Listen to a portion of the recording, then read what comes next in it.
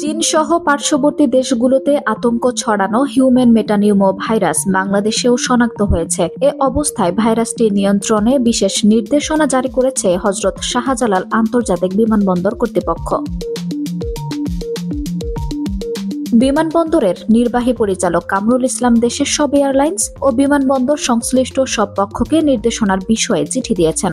বিমানবন্দরের কর্তৃপক্ষের বিশেষ ওই নির্দেশনায় বলা হয়, সম্প্রতি স্বাস্থ্য অধিদপ্তরের রোগ নিয়ন্ত্রণ শাখার নির্দেশনা অনুযায়ী বিমানবন্দর সংশ্লিষ্ট সবাইকে এইচএমপিভির বিষয়ে সতর্কতামূলক ব্যবস্থা নিতে হবে বলা হয়েছে। তবে বিষয়টি নিয়ে আপাতত আতঙ্কিত হওয়ার কিছু হয়নি। বিমানবন্দরের যাত্রী, স্টাফ ও দর্শনার্থীদের সবাইকে মুখে মাস্ক রাখা ও হ্যান্ড স্যানিটাইজার ব্যবহারে উৎসাহিত করা হয়েছে। যদি কারো মধ্যে জ্বর, কফ, শ্বাস ছোট হওয়ার মতো এইচএমপিভির লক্ষণ দেখা দেয়, সেক্ষেত্রে তাৎক্ষণিকভাবে বিমানবন্দরের হেলথ সার্ভিসে জানাতে হবে।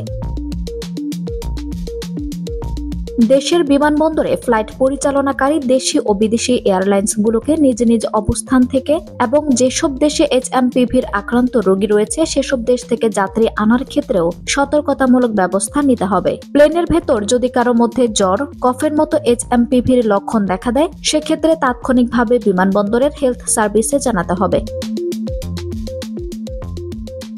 আঞ্জুম হক আরবি, টাইম নিউজ ডেস্ক।